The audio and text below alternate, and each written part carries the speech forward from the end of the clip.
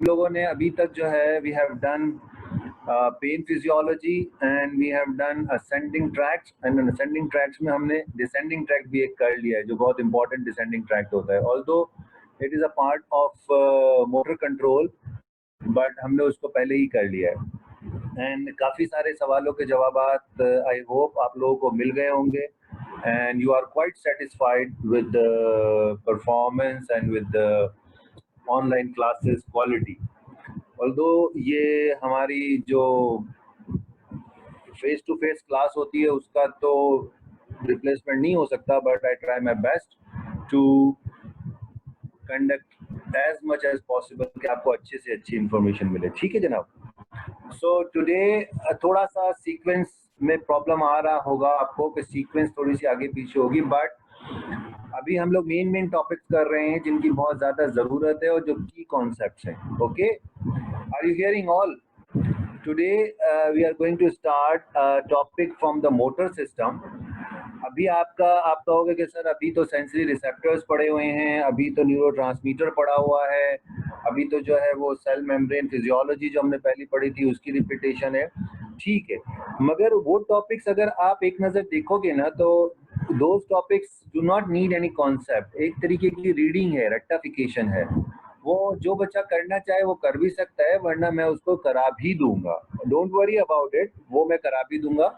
थोड़ी सी online classes हैं तो कॉन्सेप्ट की बात हो जाए, रेक्टिफिकेशन में बोर हो जाओगे। Okay, so today we are going to start motor control, and motor control को हम स्टार्ट इतना करते हैं, मैंने इसको थोड़ा सा इंटरेस्टिंग बनाने की कोशिश की है। सो फर्स्ट ऑफ ऑल अगर आप ये पिक्चर देखो, so what is this picture? अगर मैं आपसे पूछूं क्या बता रही है ये पिक्चर?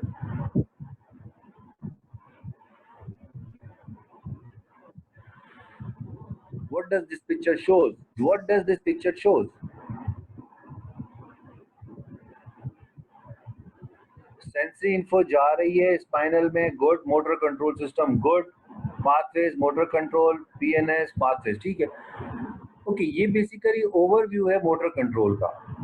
मोटर कंट्रोल का ओवरव्यू किस तरह है कि हमारा जो अल्टीमेट मोटर कंट्रोल सिस्टम को कंट्रोल करने वाला है वो है that is cerebral cortex. But if you see here that cerebral cortex do not work alone. बहुत अच्छी पिक्चर है ये, अगर आप इसको एक तरीके से समझो, ठीक है, इसकी हर किसी की अगर आप डेप्थ में नहीं जाते हो, बट एक ओवरव्यू कॉन्सेप्ट है, एक हायरार्की है जो ये बताती है कि मोटर सिस्टम जो है वो किस तरह कंट्रोल करता है। ठीक है, सबसे पहले आता है सेरेब्रल कॉर्टेक्स। ठीक है, cerebral cortex direct spinal cord को कंट्रोल करता है, या सेरेब्रल कॉर्टेक्स जो है वो ब्रेन स्टेम के थ्रू कंट्रोल करता है, या सेरेब्रल कॉर्टेक्स बेसल गैंग्लिया को सिग्नल भेजता है, बेसल गैंग्लिया थैलेमस को भेजता है, थैलेमस दोबारा सेरेब्रल कॉर्टेक्स को भेजता है। थोड़ी सी अजान हो रही है तो थोड़ा सा मैं स्लो चलूंगा। अगर आप इस पिक्चर में गौर से देखो तो सेरेब्रल कॉर्टेक्स अकेला काम नहीं कर रहा। Cerebral cortex is not working alone, rather it works with all other brain parts.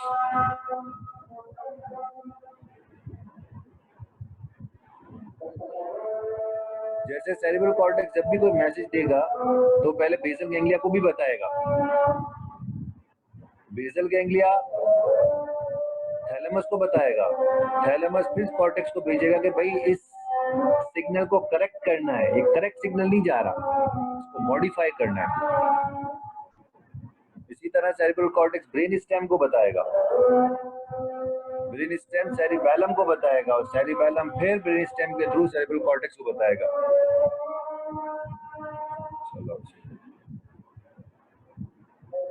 ठीक है, आप इस पिक्चर को 1 मिनट गौर से देखो, अजान खत्म होती है, कम करते हैं, 1 मिनट गौर से देखो आप।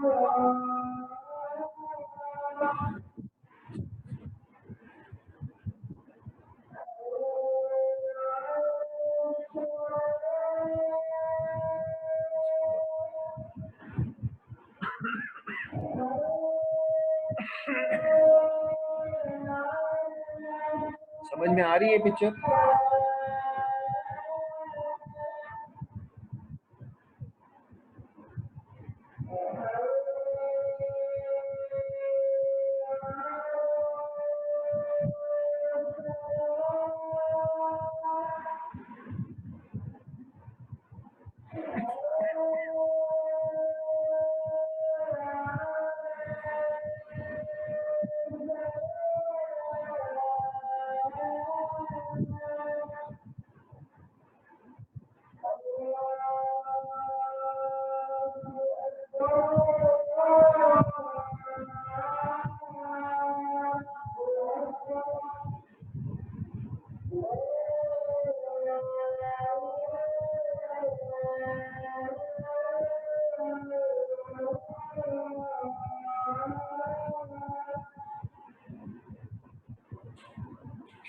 देखो, this picture shows कि cerebral cortex do not alone give signals to the cerebellum or to the spinal cord. Rather, वो हर organ of the brain को ये बताता हुआ जाता है कि मैं ये signal spinal cord में भेज रहा हूँ, and if you have any input, तो वो organ अपना अपना input देता है. जैसे मैं example हमेशा quote करता हूँ कि मैं एक फुटबॉल को किक मारता हूँ.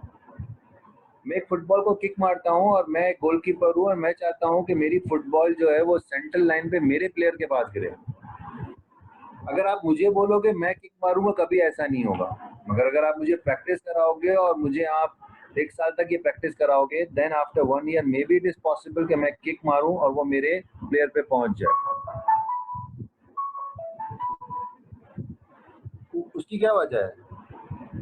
उसकी वजह ये है कि मैं इसलिए 1 साल में वो हो गया कि इतना पक्का हो गया कि सेरिब्रल कॉर्टेक्स ने सिग्नल्स जो भेजे, मेरा सेरिबैलम उसको इंटीग्रेट करता रहा. सेरिबैलम का एक काम है स्मूथनिंग फंक्शन. क्या काम है? Smoothening function. वो स्मूथ करता है, वो एक्स्ट्रा इम्पल्सिस को कट करता है. तो सेरिब्रल कॉर्टेक्स ने फॉर एग्जांपल एक बस्ट ऑफ सिग्नल्स भेजे जिससे मैंने किक मारी, मगर वो बस्ट बहुत ज्यादा था. सेरिबैलम ने कहा नहीं जी, इतना हमें आउटपुट नहीं चाहिए, हमें कम इम्पल्सिस चाहिए. उसने ब्रेन स्टेम के थ्रू सेरिब्रल कॉर्टेक्स को बताया और सेरिब्रल कॉर्टेक्स ने फिर किक मारी, बहुत स्लो मार दी. सेरिबैलम ने फिर कहा नहीं जी, इतना स्लो नहीं चाहिए, हमें तेज चाहिए. इट मींस सेरिबैलम और सेरिब्रल कॉर्टेक्स आपस में एक दूसरे को ये कंफर्म कर रहे हैं, ये बता रहे हैं, ये कोऑर्डिनेशन कर रहे हैं, और फाइनल आउटपुट कौन दे रहा है? हमारा spinal cord. This is the main picture. इसी तरह बेसल गैंग्लिया और थैलेमस का भी काम. तो ये पिक्चर अपने जहन में रखो, बहुत जगहों पे इस पिक्चर का रेफरेंस काम में आएगा आपके. ठीक है.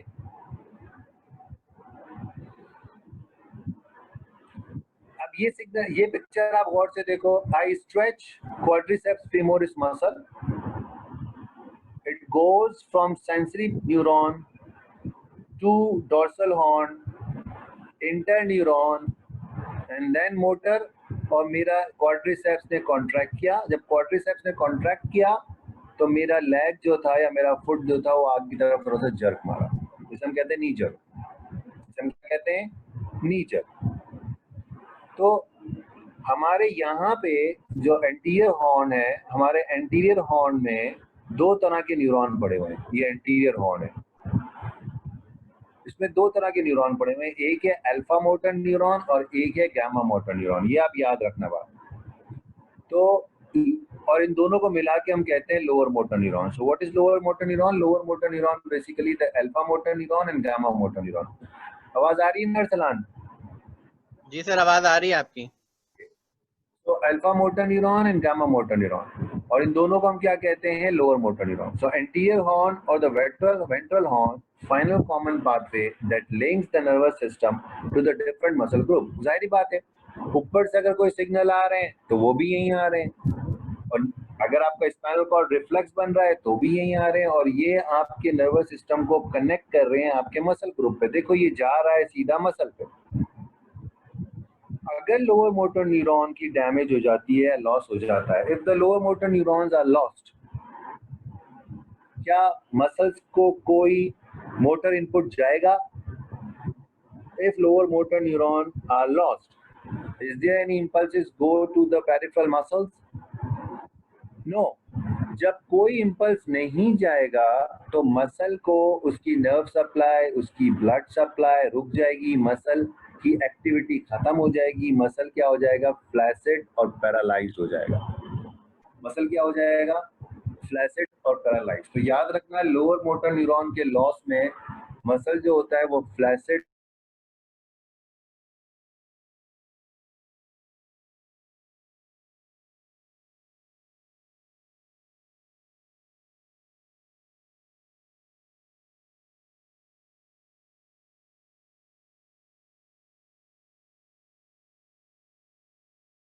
सर जितने आवाज भी नहीं आ रही। आवाज नहीं आ रही? हेलो, अब आई है सर, अब आई है। अच्छा। जितने भी मसल्स होते हैं जो लोअर मोटर न्यूरॉन को सप्लाई करते हैं, ये जो लोअर मोटर न्यूरॉन के जितने भी मसल्स हैं उसमें जो मोर मीडियल होंगे वो कहाँ जाएंगे, वो जाएंगे आपके ट्रंक को सप्लाई करेंगे। आर्म और लेग्स को जो मसल्स जो नर्व सप्लाई करती हैं या हैंड्स को या डिजिट्स को, वो मोस्ट लेटरल होती है। तो यानी कि जिस तरह हम उसमें पढ़ रहे थे ना फेसिकुलस, आवाज नहीं आ रही है? सर आ रही है आवाज आपकी। अच्छा, बच्चों को नहीं आ रही। बेटा जिसको नहीं आ रही है वो जरा अपना दोबारा रीज्वाइन करे।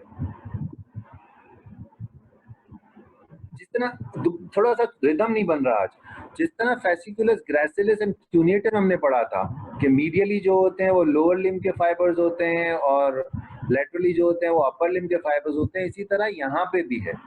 लोअर मोटर न्यूरॉन में जो मोस्ट मीडियली फाइबर्स होते हैं सेंट्रल लाइन की तरफ, वो एक्सियल स्केलेटन को सप्लाई करते हैं, और जो मोर लेटरल होते हैं वो डिस्टल पार्ट को, हैंड्स को, फीट को सप्लाई करते हैं। तो ये बात समझनी है। इसी तरह अगर हम बात करें कि फ्लेक्सर्स, जितने भी फ्लेक्सर्स मसल्स हैं, फॉर एग्जांपल अगर आप मेरी बात करो आर्म की, तो आर्म पे बाइसेप्स है और पीछे ट्राइसेप्स है। बाइसेप्स जो है वो फ्लेक्सर है और ट्राइसेप जो है वो एक्सटेंसर है। तो जितने भी फ्लेक्सर मसल्स हैं उनको dorsal region of the anterior horn supply करता है, यानी कि थोड़ा ऊपर वाला रीजन, और एक्सटेंसर्स जो है उनको एंटीरियर रीजन या थोड़ा वेंट्रल रीजन सप्लाई करते हैं। तो ये क्लासिफिकेशन है और कुछ भी नहीं है। अब मैं अगर यहाँ बना के दिखा दूं आपको, मैं यहाँ बना के आपको दिखा देता हूँ।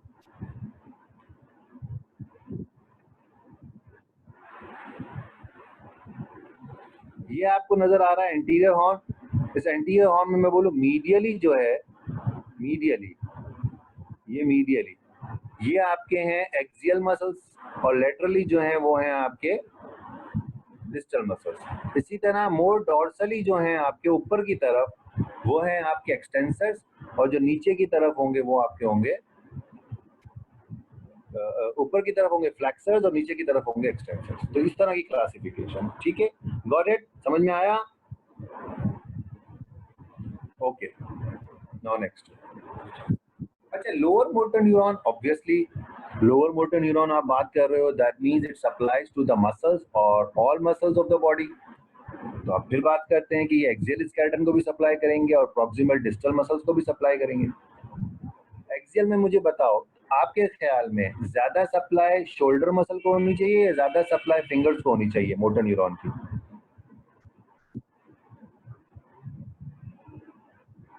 ज्यादा नर्व की सप्लाई फिंगर्स को, गुड। इसीलिए देखो नीचे लिखा है distal muscles are most heavily innervated और एक्सियल मसल्स जो है वो लीस्ट इनर्वेटेड है। Got it? तो कोई खास बात नहीं है इसमें। अब lower motor, why sir? Because why, कोई जवाब देगा इसका? अबरार ने सवाल पूछा है, वाई फिंगर्स को क्यों?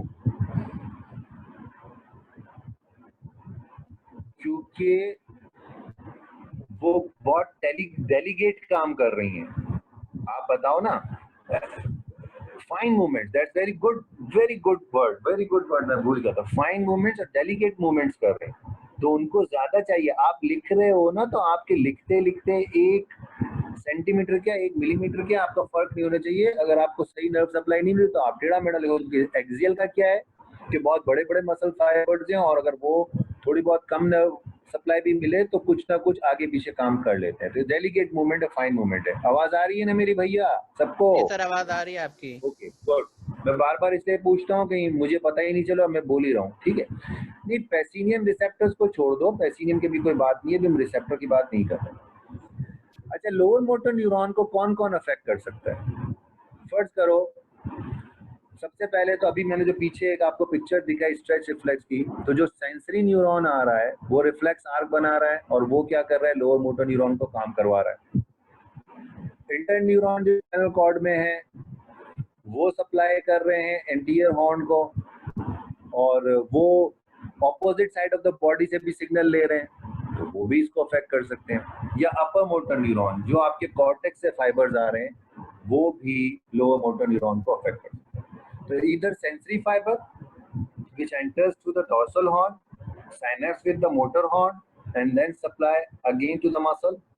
Either the interneuron, which are also receiving impulse from the opposite side synergistic and antagonistic muscle cell, और अपर मोटर न्यूरॉन। तो तीन तरह के आपको लोअर मोटर न्यूरॉन तीन तरह के फाइबर को रिसीव करके उसके अगेंस्ट में काम करता है।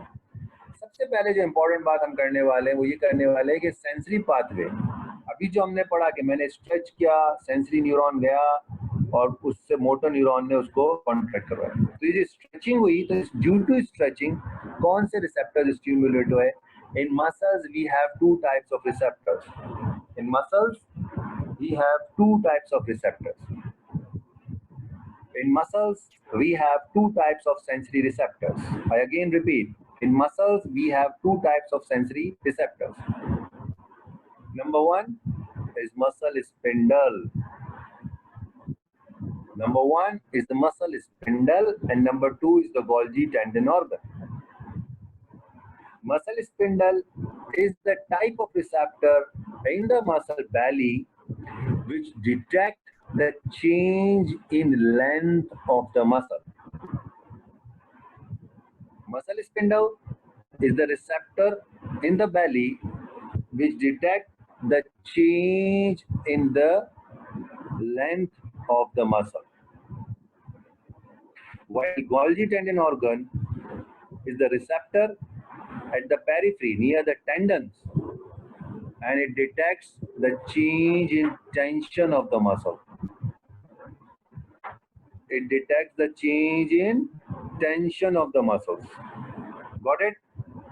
Muscle spindle change in length, and Golgi tendon change in this tension. ये इसका स्ट्रक्चर है।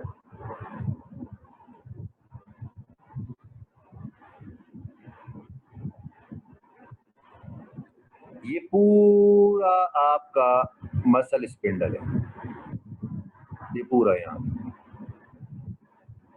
ठीक है।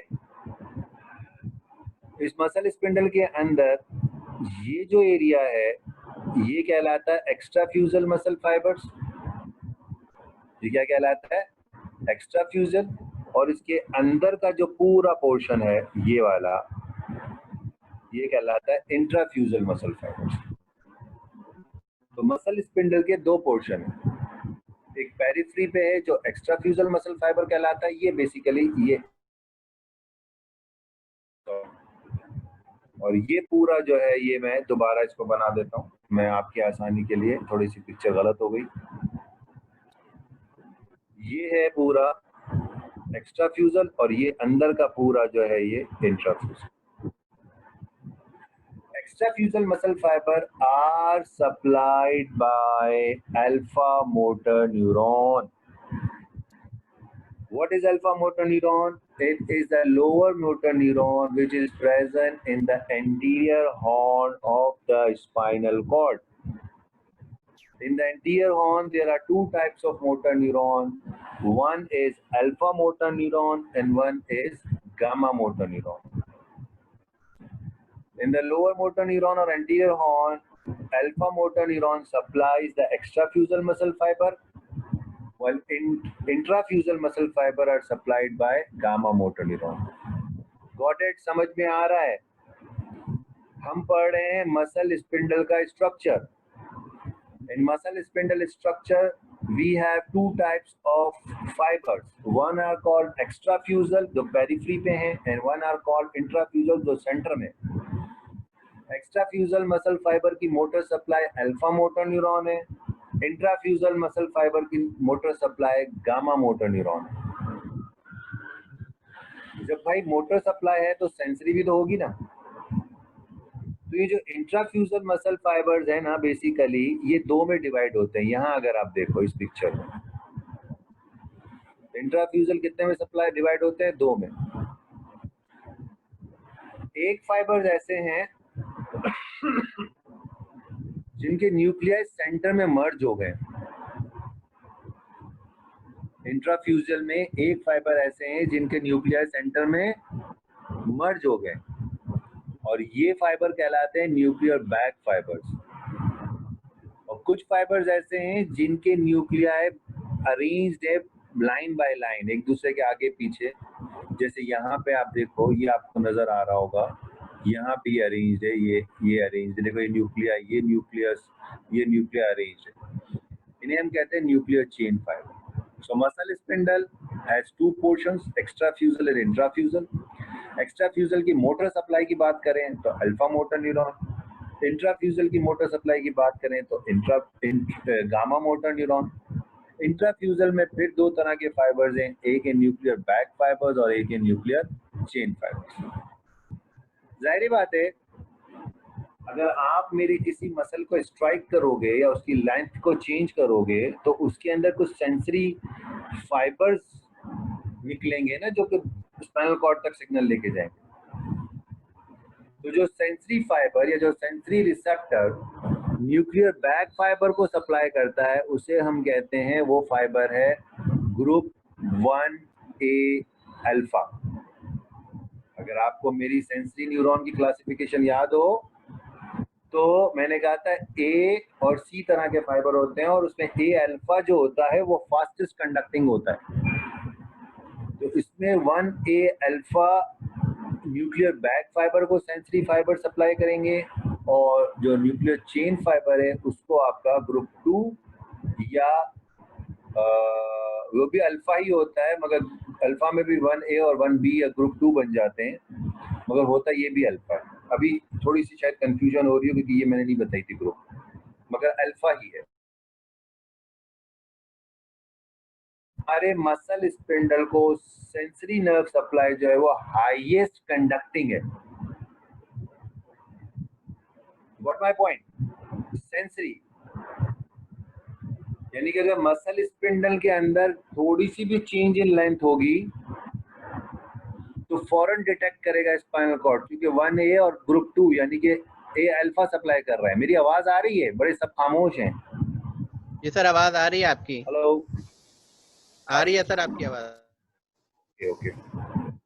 सो बेटा मैं दोबारा रिपीट कर रहा हूँ, muscle spindle extrafusal intrafusal. Extrafusal supplied by alpha motor alpha motor, intrafusal by gamma motor. Intrafusal again divided two fibres, nuclear chain fibres, nuclear bag fibres. Sensory की बात करते हैं कि यहाँ से सेंसरी फाइबर सेंसरेशन लेके कौन जाएगा।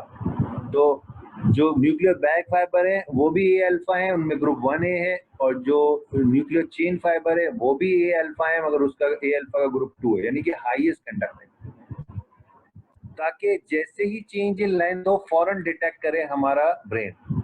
ग्रुप 1A और the primary afferent adapt rapidly to change information. ठीक है, ठीक है, हो गया। चेंज इंफॉर्मेशन और rate on the rate of change in length to a lesser degree absolute length. Group 2 fiber adapts slowly encode degree of stretching information on the static muscle line. Gamma afferent directly stimulate the intrafusal to contract regular tension to the muscle. बहरहाल ये यहाँ कह रहा है कि alpha भी efferent लेके जा रहा है, और ये भी फिर रैपिडली चेंज इन लेंथ जो हो रही है उसको डिटेक्ट कर रहा है, और जो 2 है वो थोड़े स्लो अडेप्ट होते हैं, और वो जो होते हैं डिग्री ऑफ स्ट्रेचिंग को डिटेक्ट कर रहे हैं। अगर आप दोनों को नहीं समझ में आ रहा, आप कह रहे हो कि जी चेंज ऑफ लेंथ और मसल की जो लेंथ है उसको चेंज जो हो रही है उसको डिटेक्ट कर रहे हैं, you are right, you are 100% right. ठीक है, अच्छा जी, वही बात। अच्छा, एन्यूलो स्पाइरल क्या है? जो ग्रुप 1A के फाइबर्स है ना, जो ग्रुप 1A के फाइबर, अगर आप उनको देखें तो वो इस तरह अरेंज होते हैं, ये इस तरह। तो इसको हम कहते हैं एन्यूलो स्पाइरल। और जो ग्रुप 2 के फाइबर्स होते हैं ना, वो देखो ये वाले फाइबर्स देखो, ये एन्यूलो स्पाइरल है, ये जो है ना, ये इस तरह अरेंज होते हैं। फ्लावर स्प्रे नर्व एंडिंग, इसको क्या कहते हैं? Flower spray. तो ये कोई खास बात नहीं है। एन्यूलर स्पाइरल का मतलब है कि जब 1A के फाइबर सप्लाई कर रहे हैं जहां पे अटैच हो रहे हैं न्यूक्लियर बैक फाइबर या न्यूक्लियर चेन फाइबर के साथ, तो वो राउंडिंग फॉर्म में अटैच हो रहे हैं, तो उनको नाम दे दिया उनकी शक्ल पे, एन्यूलर स्पाइरल। और जो रिसेप्टर्स उसमें पड़े न्यूक्लियर चेन पे, वहां से जो सेंसरी फाइबर ग्रुप 2 का निकल रहा है, वो इस तरह अरेंज पड़ेंगे जैसे फ्लावर की स्प्रे हुई है। So annular spiral nerve ending mechanoreceptor detects change in muscle length of main muscle mass during contraction, compensatory stretch, relaxation of annular spiral nerve ending. भाई जैसे ही चेंज इन लेंथ होगी तो contract करेगा या relax करेगा muscle, तो आपका group 1A signal भेजना शुरू कर देंगे स्पाइनल कॉर्ड को और वहां से ब्रेन को कि जी यहाँ पे कॉन्ट्रैक्शन हो रही है, मसल जो है वो छोटा हो रहा है लेंथ में या बड़ा हो रहा है, आप फौरन अगर जरूरी है तो इसके अगेंस्ट काम करो। कॉम्पनसेटरी स्ट्रेच और relaxation of annular spiral nerve ending, ठीक है।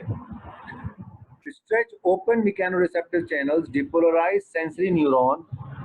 अच्छा भाई, जैसे ही आपने स्ट्रेच किया, स्ट्रेच क्या है? Stretch is a type of stimulus. जैसे मैंने हैमर से नी जर्क करने के लिए क्वाड्रिसेप्स को पिछली फिगर में देखा होगा, मैंने स्ट्राइक किया, उसे हम स्ट्रेच कहते हैं। जैसे ही स्ट्रेच हुआ तो वहां से सिग्नल गए कि जी मसल के अंदर कोई चेंज इन लेंथ हो रही है, आप फौरन डिटेक्ट करो, तो मसल जो मोटर फाइबर ने क्या दिया कि भाई कॉन्ट्रैक्ट कर जाओ। तो स्ट्रेच क्या है? Stretch basically is a type of stimulus. और जैसे ही स्ट्रेच आपने किया, आपका रिसेप्टर के अंदर मौजूद जो मैकेनो रिसेप्टिव कह लो, जो भी रिसेप्टर थे, उन्होंने फायरिंग शुरू की कि जी हमें स्ट्रेच हुई, और वो फायरिंग इस ग्रुप 2 के फाइबर के साथ या ग्रुप 1 के फाइबर के साथ कहाँ जाएगी? स्पाइनल कॉर्ड में जाएगी, और फिर आपका मोटर न्यूरॉन एक्शन करेगा। Muscle spindle provide feedback to alpha motor neuron, that is muscle length and change of length due to contraction. Stretch of the muscle activate muscle spindle, 1A fiber, monosynaptic reflex, alpha motor neuron, reflex contraction. मैं video on कर रहा हूँ और आपको दिखाता हूँ, एक आपको थोड़ी सी वो दिखाता हूँ पिक्चर। मेरा बाइसेप्स है, ये मेरा एल्बो जॉइंट है, इसमें बाइसेप्स का टेंडन पड़ा है। इस बाइसेप्स के टेंडन को मैं स्ट्रेच करता हूँ किसी भी हैमर के साथ, जो हमारी क्लिनिकल हैमर आती है। इसको मैंने जैसे ही किया, ये टेंडन जो है, इस टेंडन को स्ट्रेच मिला और ये सिग्नल गए 1A और 1B के साथ स्पाइनल कॉर्ड में। स्पाइनल कॉर्ड ने रिफ्लेक्स ऊपर भी सिग्नल भेजे सेंसरी के थ्रू, मगर रिफ्लेक्स एक्शन कराया और हल्का सा जर्क आया मेरे हाथ में, और मेरा हाथ हल्का सा कॉन्ट्रैक्ट किया, क्योंकि बाइसेप्स का काम कॉन्ट्रैक्ट करना। तो बेसिकली इसने क्या किया, 1A और 1B ने, मसल स्पिंडल ने बताया कि जी स्ट्रेच हुआ। स्ट्रेच होने के बाद ये फाइबर गए स्पाइनल कॉर्ड में, स्पाइनल कॉर्ड से इंटरन्यूरॉन से ये वेंट्रल हॉर्न से ये हल्का सा कॉन्ट्रैक्ट हुआ, जैसे कि नीचे हमारे knee joint. So it shows कि ये स्ट्रेच रिफ्लेक्स अब जब ब्रेन पे चला गया, ब्रेन की मर्जी को देखे कि भाई स्ट्रेच किसकी वजह से हुआ है। फिर ब्रेन का काम अलग है कि जी अच्छा डॉक्टर ने किया था स्ट्रेच, तो फिर छोड़ दो। अगर कोई सोने में लग गया है, भाई होस्ट हैज स्पॉटलाइटेड योर वीडियो। अच्छा, तो ये क्या हुआ, फीडबैक गया। अच्छा, अब ये जो गया 1A 1B के थ्रू, मगर वापस किसके थ्रू आएगा? अल्फा मोटर और गामा, और ज्यादातर किसके थ्रू आता है? अल्फा के थ्रू। मैं बंद कर रहा हूँ वीडियो क्योंकि शायद सिग्नल प्रॉब्लम हो रही है। तो यही जुमला मैं यहाँ पे बोल रहा हूँ, provide feedback to the alpha motor neuron, that is muscle length and change of length, stretch of the muscle, activate the muscle spindle. मैं शो कर रहा हूँ,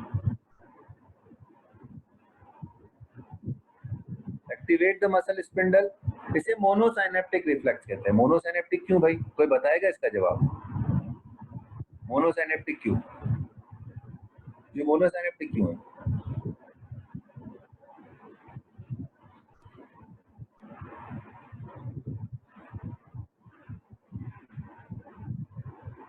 एक दफा साइनेप्स करेगा, गुड।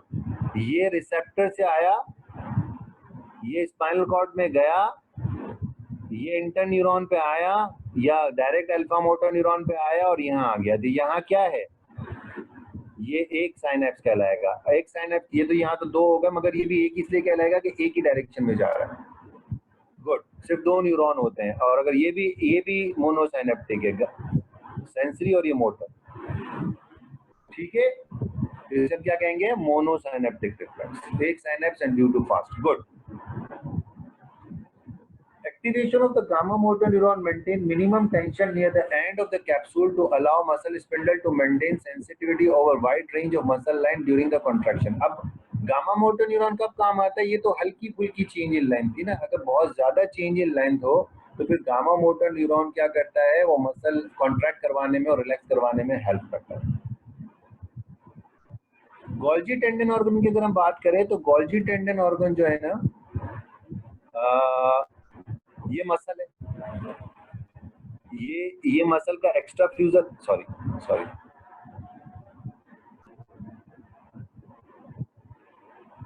ये मसल के एक्स्ट्रा फ्यूजल फाइबर्स हैं और ये गोल्जी टेंडन है। तो गोल्जी टेंडन ऑर्गन क्या? Inserted between end of extrafusal muscle fibre and insertion to the bone. और यहाँ पे ये टेंडन में या बोन में मसल स्पेंड वो हो रहा है, ये पूरा गोल्जी टेंडन है। तो जहाँ पे मसल की बैली बोन में या लिगामेंट में इंसर्ट होती है, at that area there are type of receptors which are called Golgi tendon organ. वो क्या है? Golgi tendon organ at that time. ठीक है। तो Golgi tendon organ क्या डिटेक्ट करते हैं? It detect the force or tension produced by or contraction or passive stretch. यानी कि ये muscle spindle change in length, ये tension change in tension. Golgi tendon का फंक्शन क्या है? जब मसल कॉन्ट्रैक्ट करता है, स्ट्रेचिंग होती है गोल्जी टेंडन की, एक्टिवेट करता है। ये भी 1B फाइबर के थ्रू करता है स्पाइनल कॉर्ड को। ये पॉलीसाइनेप्टिक लूप्स होते हैं, ये इनहिबिट करेंगे अल्फा मोटर न्यूरॉन को या गामा मोटर न्यूरॉन को, रिवर्स और इनवर्स मायोटेटिक रिफ्लेक्स। फॉर एग्जाम्पल, आप एक हाथ से जोर दे के दीवार पे खड़े हो जाओ। जब जोर दे के दीवार पे खड़े होगे तो अब आपका चेंज इन लेंथ नहीं हो रहा, बल्कि अब आपका चेंज इन टेंशन हो रहा है। जितना जोर से दबाओगे उतना टेंशन बढ़ेगा, उतना 1B फाइबर स्पाइनल कॉर्ड में जाएंगे, उतना वहां से सिग्नल ब्रेन को भी जाएंगे, ऑपोजिट साइड पे भी जाएंगे और उस सेम फाइबर को भी आएंगे। अगर टेंशन बहुत ज्यादा बढ़ गया तो अल्फा मोटर न्यूरॉन क्या हो जाएंगे? इनहिबिट हो जाएंगे, ताकि इतना टेंशन ना बढ़ जाए कि मसल के अंदर कोई डैमेज हो जाए, तो इनहिबिट कर देगा। और अगर टेंशन कम होगा एंड ज्यादा जोर की जरूरत होगी तो अल्फा मोटर और कॉन्ट्रैक्शन करवाएगा। It prevents muscle from extreme contraction और टियरिंग ड्यू टू इंटेंस। मैंने अभी बात बताई कि अगर बहुत ज्यादा टेंशन हो गया, इतनी जोर से दबा रहे हो कि अब यार टेंशन इतना बढ़ गया है कि वो आपके मसल को टियर कर देगा, तो अल्फा मोटर को क्या करेगा? इनहिबिट कर देगा कि भाई अब टियरिंग नहीं करना। तो ये मसल को एक्सट्रीम कॉन्ट्रैक्शन और टियरिंग ड्यू टू इंटेंस, या कोई आप ऐसी और वो कर लो, आपने एक हाथ में बाल्टी ली है 10 किलो की, it means GTO control, motor control system नहीं, ये मोटर कंट्रोल सिस्टम को कंट्रोल नहीं कर रहा, ये तो लूप बना रहा है। ऊपर से ब्रेन अल्टीमेट ऑर्डर देगा। देखो ये सारी बात हम कर रहे हैं कि स्पाइनल कॉर्ड में सिग्नल गया, स्पाइनल कॉर्ड से ही वापस आ गए। ब्रेन अब देखेगा, हाँ ब्रेन कह रहा है नहीं मैं उठा लूंगा, और वो फिर भी अब आप वॉलंटरीली करोगे। जीटीओ कह रहा है इनहिबिट करो, मगर आप वॉलंटरीली उठा रहे हो तो वो अलग चीज हो जाती है। अभी हम बात कर रहे हैं सारी इनवॉलंटरीली। क्या ये गए स्पाइनल कॉर्ड में एंड स्पाइनल कॉर्ड से वापस आ गए तो क्या होगा? जैसे मैं आपको एग्जांपल देने वाला हूँ। आपके एक हाथ में एक बाल्टी उठाओ जिसमें 10 किलो पानी है, उस बाल्टी में 10 किलो पानी और डालो और आप उसको हाथ को लटका के खड़े हो जाओ। 10 किलो पे स्ट्रेचिंग हो रही थी टेंडन की, मगर इनहिबिशन नहीं हो रही थी अल्फा की। उन्होंने कहा हम उठा लेंगे, टियर नहीं होगा। 10 किलो और डाला, वजन तो बढ़ा, आपको टेंशन तो बढ़ा जीटीओ पे, बट उसने कहा जी मैं उठा लूंगा। आपने 10 किलो और डाला ना, अल्फा मोटर न्यूरॉन ने क्या किया? इनहिबिट किया। अब वॉलेंटरली या तो आपने रख दिया, या अगर आप नहीं रखा तो आपके हाथ से छूट जाएगी बॉडी, क्योंकि अब टियर हो जाएगा मसल का, इसलिए मोटर न्यूरॉन को उसने इनहिबिट कर दिया। तो ये इसकी एग्जांपल है, ठीक है। GTO, muscle spindle GTO provide counterbalance and system for setting over all muscle tone. Muscle spindle in the parallel connection to the extrafusal muscle fiber. Passive stretch excited and increase firing. अभी हमने बोला कि आप stretch करोगे तो firing excite हो जाएगा, 1A2 fibre के थ्रू जाएगा, मसल कॉन्ट्रैक्ट करेगा, passive stretch. GTO in series connection with the extrafusal muscle fiber, जितना मसल कॉन्ट्रैक्शन स्ट्रेच होगा, increase 1B firing, polysynaptic pathway वो इनहिबिट कर देगा। देखा, एक तरीके से इन वन सेंस वी के कि ये ऑपोजिट काम कर रहे हैं। उसमें जितना स्ट्रेच करोगे वो उतना चेंज इन लेंथ करेगा, और इसमें जितना स्ट्रेच करोगे, जितना लोड डालोगे, वो इनहिबिट कर सकता है, ताकि मसल की टियरिंग ना हो। मसल स्पिंडल नहीं कर रहा बचाने का काम, बचाने का काम हमारा GTO कर रहा है।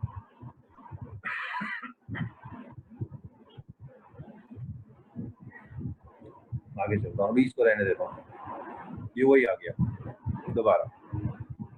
मैं रेसिप्रोकल इनहिबिशन करा के आज का लेक्चर बंद कर रहा हूँ। आगे के जो टॉपिक्स हैं अगर मैं दिखा दूँ आपको, तो आपके ये वाली तस्वीर मैंने ये करा चुका हूँ। अगर आप देखो, primary cortex area 1, primary supplemental cortex, pre motor cortex. Motor cortex किस तरह काम करता है, ब्रॉडमेंस एरिया 6, 4, लेयर 5 से फाइबर निकलते हैं। प्राइमरी कॉर्टेक्स क्या है, सोमेटोट्रॉपिक मैप क्या है, कॉर्टिकोस्पाइनल ट्रैक्ट क्या है, कॉर्टिकोबल्बर ट्रैक्ट क्या है, lateral corticospinal, ventral corticospinal, hierarchy, summary motor cortex. तो ये मैं स्लाइडें करा चुका हूँ, इसलिए मैं रेसिप्रोकल तक रह के फिर मैं ये 4-5 स्लाइडें स्किप करके नेक्स्ट लेक्चर में आगे से शुरू करूंगा। रेसिप्रोकल इनहिबिशन क्या है? देखो, जब यहां इसने स्ट्रेच किया, यहां से सिग्नल गए और उन्होंने यहाँ पे इसको कॉन्ट्रैक्ट करवा के स्ट्रेच किया, मगर ये जो मसल्स हैं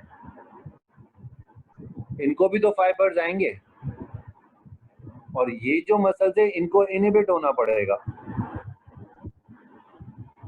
अगर ये इनहिबिट नहीं होगा तो ये कैसे ये वाला मसल इसको एक्सटेंड करा सकेगा? So mutual inhibition of the antagonistic muscle is a standard feature. Antagonistic muscles should be inhibited. Otherwise, agonistic muscle will not work. Reciprocal inhibitory input from interneuron to set of motor neuron, supplying antagonistic muscle and excitation of synergistic muscle. ठीक है, तो reciprocal inhibition का मतलब कि inhibition of antagonistic muscle at the time when there is agonistic muscles are working. यहाँ तक रखता हूँ आज। कोई क्वेश्चन है? थोड़ी देर के लिए वकार, अगर सलान एक मिनट के लिए खोल दो, ऑन कर दो इनकी चैट, इनकी वो आवाज।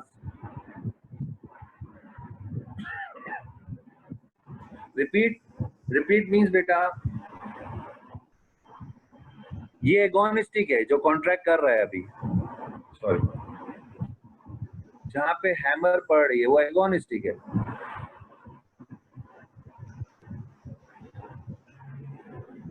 ये एगोनिस्टिक है जहां हैमर पड़ रही है, यहाँ से सिग्नल गए, वापस आए और उन्होंने इसको कॉन्ट्रैक्ट करवाया और कॉन्ट्रैक्शन हो गई।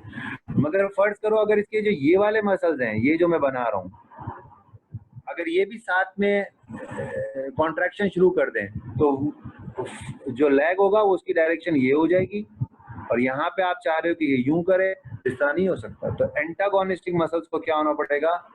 इनहिबिट होना पड़ेगा, यानी रेसिप्रोकली आपको इनहिबिशन ऑफ मसल करने पड़ेंगे, वरना आपका मेन मसल काम नहीं करेगा। This is called reciprocal inhibition. Okay, so एक मिनट के लिए अरसलान इनकी अगर अनम्यूट करोगे इनको, ब्राउन कर दिया सर, अनम्यूट कर दिया। सीक्वर्ड उस पे भेजो मुझे व्हाट्सएप पे यार। अभी इससे रिलेटेड क्वेश्चन पढ़ते हैं। वैसे ब्राउन सिक पढ़ी है मेरे ख्याल में कि हाफ ऑफ द फाइबर्स जो हैं वो डिकसेट हो जाते हैं और जब सीवर्ड हो जाते हैं तो फिर आपके हाफ साइड की सेंसेशन चली जाती है, ऐसा कुछ है। हाँ बेटा, is it okay today? Sir ये क्रॉस एक्सटेंसर रिफ्लेक्स होता है, ये रेसिप्रोकल इनहिबिशन Yes. की वजह से होता है। तुम एक काम करो, मैं एक काम करता हूँ, ये वाले क्वेश्चन अच्छी बात है यार, हमारे एक और फायदा हो रहा है कि क्वेश्चनिंग में जो है ना ग्रुप में काफी चीजें मेरे टॉपिक कवर हो जाते हैं। तो अब जिस बच्चे ने, अब तुम कोई टॉपिक लिख लो इससे related, cross extensor reflex, flexor reflex, reciprocal inhibition, तो ये सब के बारे में हम शाम को डिस्कस कर लेते हैं। क्रॉस एक्सटेंसर वैसे आसान है। क्रॉस एक्सटेंसर का मतलब ये है कि यहाँ से सिग्नल गया आपका और ऑपोजिट साइड पे भी सिग्नल गया। मैं बोलता हूँ आपके यहाँ पे पाँव में पिन चुभ गई, और जब पिन चुभ गई, बस मैं एक दो मिनट, जब पिन चुभ गई तो ये वाला पाँव तो आप ऊपर उठाओगे, मगर जो ऑपोजिट पाँव है आप उसको उसको और स्टैटिक कर दोगे और फोर्सफुल करोगे कॉन्ट्रैक्शन, ताकि आप गिर ना जाओ। ये ठीक है। तो आई थिंक